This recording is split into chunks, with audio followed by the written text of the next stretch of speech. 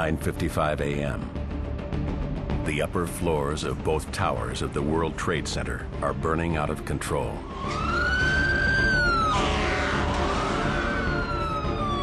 Hundreds of firefighters are already on the scene. Among them, John Morabito is evacuating civilians in the North Tower lobby. There's people coming down the stairs, they're crying. Some of them are actually burned. Some of them are bleeding from debris that hit them. Then,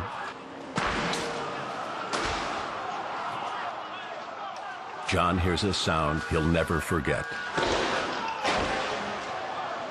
It was like someone's dropping some heavy equipment, and it was coming frequently. Boom!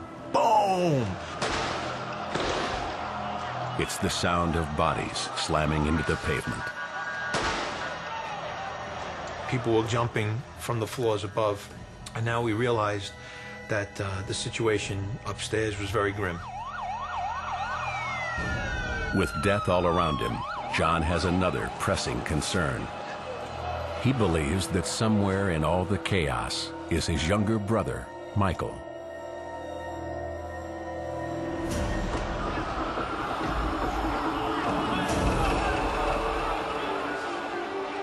Two blocks south, evacuating 500 students from their building in the shadow of the Twin Towers, is high school principal Ada Dolch.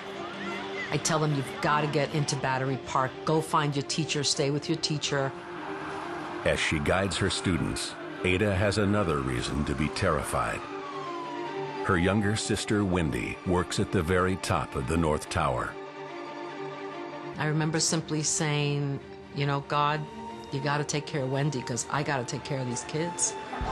Then, the South Tower begins to buckle. We're looking at the financial center. Between us, two broken windows.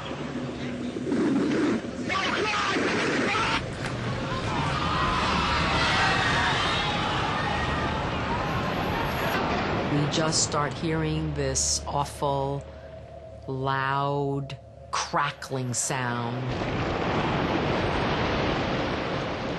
I feel a tremendous rush of air. I feel heat. I feel ash. And it's just...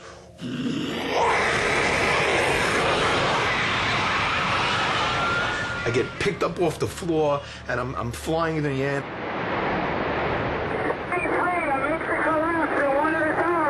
And I'm screaming at the top of my lungs, God, please save me. I don't want to die.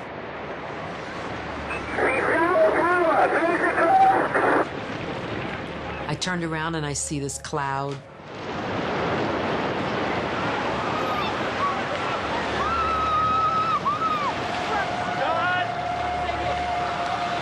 It was so strong, that wind that came behind you. Felt like it was cutting your neck.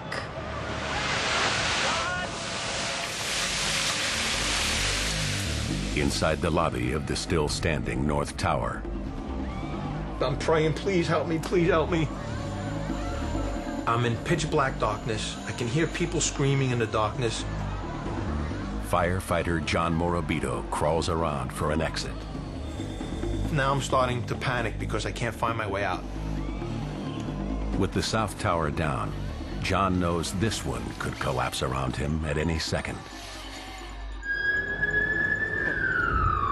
Okay, I don't know where we are. Where do we go? A situation that started bad just gets worse and worse and worse.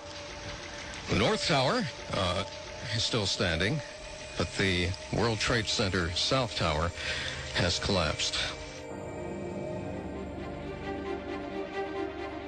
In suburban New Jersey, watching the horror unfold on live TV, is a pregnant Louise Bazzelli. It was just so bizarre and so unreal. Her husband, Pasquale, is at work on the 64th floor of the North Tower. Obviously, the two buildings were almost identical, and if that one fell, then, you know, chances are his was going to fall next. Back in the North Tower lobby, John Morabito scrambles to find a way out. He sees a patch of light. That's a window. To me, sign from God. Here's a light, follow the light, you're gonna be okay.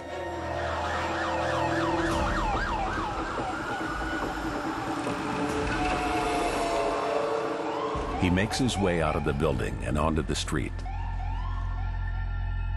Then, the North Tower begins to fall. Is that the second building of the World Trade Center going down? Yes, that is the second. That is the second tower. That is the second tower.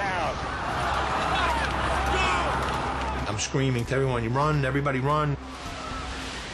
And everybody's yelling, and we start running.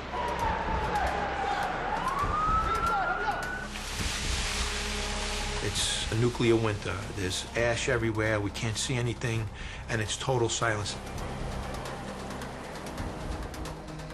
This has been an absolutely unbelievable morning. The news is breaking almost faster than we can get it to you, and right now we are...